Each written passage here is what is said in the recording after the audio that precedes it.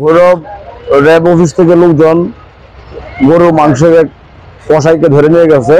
পরে জানতে পারলাম যে সে নাকি মাঝে মাঝে গরু মরা গরু বিক্রি করে।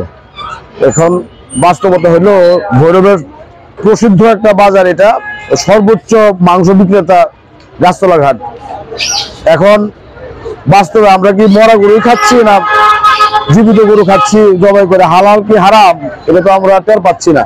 সেজন্য আমার দাবি ভৈরব পৌরসভা এবং পানি সম্পদ অধিদপ্তরের লোকজন যাতে জব করার পূর্বেই চেক করে দেয়, এটাই হলো আমার দাবি। এবং ভবিষ্যতে কোনো ধরনের দুষ্কৃতিকারীরা যাতে মরা গরু বিক্রি করতে না পারে, যথাযথ কর্তৃপক্ষের নিকট আবেদন সার্বিক ব্যবস্থার জন্য নেয়। মরা গরু জবাই করে করে আমাদের মতো মানুষকে খাওয়ায়, এগুলো দেখার কেউ নেই। প্রশাসনের নাকের ডগায় যদি এত বড় অপরাধ করতে পারে, আমাদের এই রাষ্ট্রীয় কোটি কোটি টাকা ব্যয় করে এই প্রশাসন দিয়ে আমাদের কি লাভ? প্রশাসনের কাছে আমাদের বিনীত অনুরোধ থাকবে, কোনো ধরনের ছাড় যেন দেওয়া না হয়, বিচারটা যেন হয়। আমরা তাদের জন্য দোয়া করবো ইনশাআল্লাহ। আল্লাহর শত্রু, জাতির শত্রু, এরা সমাজের মধ্যে একটা এমন ভয়ঙ্কর জিনিস যে এদেরকে যদি জনসমক্ষে জবাই দিয়ে জীবিত কুকুর দিয়ে এদের মাংসগুলো খাওয়ানো হয়, তারপরও আমাদের মতো সাধারণ মানুষের ক্ষোভটা মিটবে না। আইন প্রশাসন আছে, তাদের কাছে অনেক বিচার আছে, আইন আছে, ওরা কিন্তু বিচারগুলো করতে চায়, কিন্তু সমাজের বিত্তবান লোকদের প্রভাবে এই বিচারগুলো হয় না। এই যে আজকে এত বড় একটা সিরিয়াস জিনিস হয়েছে, এই বিচারটা র্যাব পুলিশ ঠিকই করতে পারবে, কিন্তু দেখেন বিভিন্ন তদবিরের কারণে এই বিচারটা আজকে হবে না।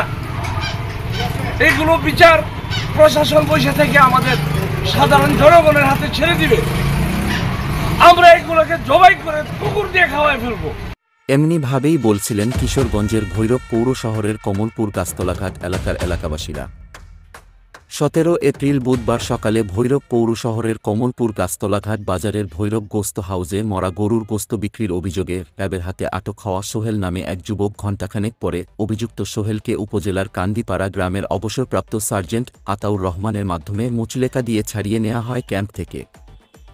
স্থানীয়রা জানায়, ভৈরব গোস্ত হাউজের মালিক খোকন মিয়া দীর্ঘদিন ধরে শহরের গাছতলা ঘাট বাজারে মরা গরু ও চোরাইকৃত গরুর গোস্ত বিক্রি করলেও থেকে যায় ধরাছোঁয়ার বাইরে।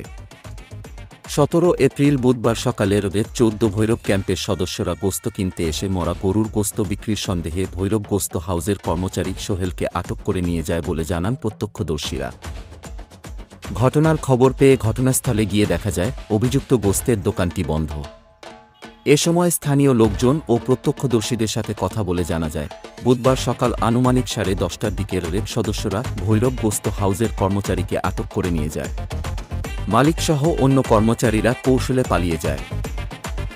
স্থানীয়রা আরও জানান, অভিযুক্ত খোকন মিয়া গরু চোর চক্রের সাথে জড়িত রয়েছে। ফেরিঘাট বাজারে আগে সে মাংসের ব্যবসা করত। গত 2 বছর ধরে গাছতলাঘাট বাজারে এসে ব্যবসা শুরু করেন। আনুমানিক 3-4 মাস আগে গাছতলাঘাটে মরা গরুর গোস্ত বিক্রি করায় সাধারণ ক্রেতা ও স্থানীয়রা খোকন মিয়াকে আটক করেন। আটকের পর স্থানীয় যুবক ও এক প্রভাবশালী নেতাকে 40,000 টাকার বিনিময়ে ঘটনা ধামাচাপা দেয় বলে অভিযোগ রয়েছে। স্থানীয় কিছু প্রভাবশালী ব্যক্তি তাকে শেল্টার দেওয়ার কারণে এসব অপকর্ম করেও সে বীরদর্পে ব্যবসা করে যাচ্ছে। অভিযোগ রয়েছে, গাছতলাঘাট বাজারের 8 থেকে 10টি মাংসের দোকান রয়েছে। এর মধ্যে ভৈরব গোস্ত হাউসসহ আরও কয়েকটি গোস্তের দোকান এসব অপকর্মে জড়িত থাকার অভিযোগ রয়েছে। ভৈরব গোস্ত হাউসের মালিক খোকন মিয়া জানান, তার কর্মচারী সোহেল ও ছেলে রুবেল দোকানে ছিল। এ সময়ের র্যাব সদস্যরা মাংস কিনতে আসলে কর্মচারী সোহেলের সাথে তর্কবিতর্ক হয়। এ ঘটনায় তার কর্মচারীকে র্যাব ধরে নিয়ে যায়। ঘণ্টাখানেক পর তার কর্মচারীকে র্যাব ছেড়ে দিয়েছে বলে জানান। তার দোকানে মরা গরু ও চোরাইকৃত গরুর মাংস বিক্রির অভিযোগ অস্বীকার করেছেন। তিনি বলেন, ষড়যন্ত্র করে তাকে ফাঁসাতে হয়তো এসব অভিযোগ কেউ কেউ সামনে আনছে। এ বিষয়ে সেনাবাহিনীর অবসরপ্রাপ্ত সার্জেন্ট আতাউর রহমান জানান, তিনি 8 বছর আগে অবসর নেন। এ ঘটনায় আটককৃত ব্যক্তিকে মুচলেকার মাধ্যমে তিনি ছাড়িয়ে নেন বলে স্বীকার করেন। গরু যেটা পরীক্ষা নিরীক্ষার দায়িত্ব হইল ব্যাটালিয়ন সার্জনের, ওনারা পরীক্ষা করে গরুর স্বাস্থ্য পরীক্ষা করে দিবে, তারপরে কসাইরা জবাই করবে। তারপরে মাংস শুডাউন করলে তখন আমি গিয়ে তাদের মাংসটা সতেজ আছে কিনা আমি এটা দেখব। ডাক্তার যেহেতু একজন ডাক্তারে একজন রুগীকে দেখলেই বুঝতে পারে। এরপরে যদি বেশি জটিল হয় তাহলে ওনারা পরীক্ষা নিরীক্ষা করতে পারে, করে কাগজ দিতে পারে, ওনারা একটা সার্টিফিকেট দেবে তার গরু, হ্যাঁ, জবাই করার জন্য যে তার গরু সঠিক আছে সে জবাই করতে পারে। তো এখানে কোনো স্লটার হাউস নেই। স্লটার হাউস না থাকাতে আমি পুরোপুরি তাদেরকে ধরতে পারি না, মামলাও দিতে পারি না। তাদের হাইজিনিংটা মেনটেনেন্স করাটা আমার জন্য খুবই কঠিন হয়ে যাচ্ছে। এরপরেও আমি প্রতি সপ্তাহে 2 দিন ওদের এখানে যাই, মাংসের সতেজতা সঠিক সময়ে বিক্রি করলো কিনা এবং সঠিক পরিবেশে বিক্রি করলো কিনা সেটাও আমি গিয়ে দেখি। যদি একটা স্লটার হাউস হইতো তাইলে মানে ভৈরববাসীর জন্য সঠিক মাংস সঠিক সব কয়টাই পাইতো। কিন্তু এখন আমি আইনগত ব্যবস্থাটা নেওয়াটা আমি খুবই কম পারতেছি, যেহেতু আমি তাদেরকে ধরতে পারতেছি না যে স্লটার হাউস না থাকাতে। গাছতলা ঘাট কমলপুরের ভৈরব গোশত হাউজের যে ব্যক্তি অভিযুক্ত খোকন মিয়া, ওনার একজন নিজে মাংস ব্যবসায়ী হিসেবে নিজেকে পরিচয় দিয়ে যে অন্যায়গুলো করে আসছে, যেটা আমাদের র্যাপিড ফোর্স র্যাবের হাতে সে আজকে আটককৃত হয়েছে গোশতের অব্যবস্থাপনার জন্য।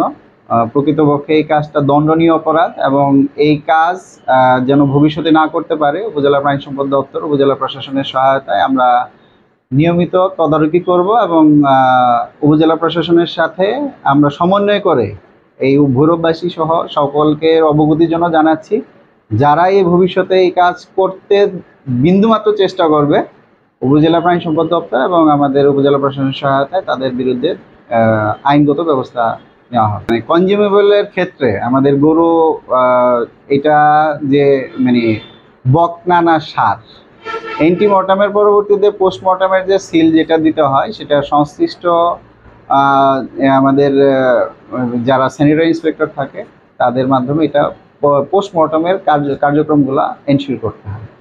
গরু জবাই করতে হইলে অবশ্যই স্লটার হাউস থাকতে হয়, কিন্তু অত্যন্ত দুঃখের বিষয় ভৈরবে কোনো স্লটার হাউস নেই, যে কারণে দেখা যায় যে জায়গাতে মানুষ অবাধে জবাই করে থাকে, কিন্তু আসলে প্রকৃতপক্ষে এটা জনস্বাস্থ্যের জন্য হুমকি এবং সকল পর্যায়ের জন্যই সমস্যা।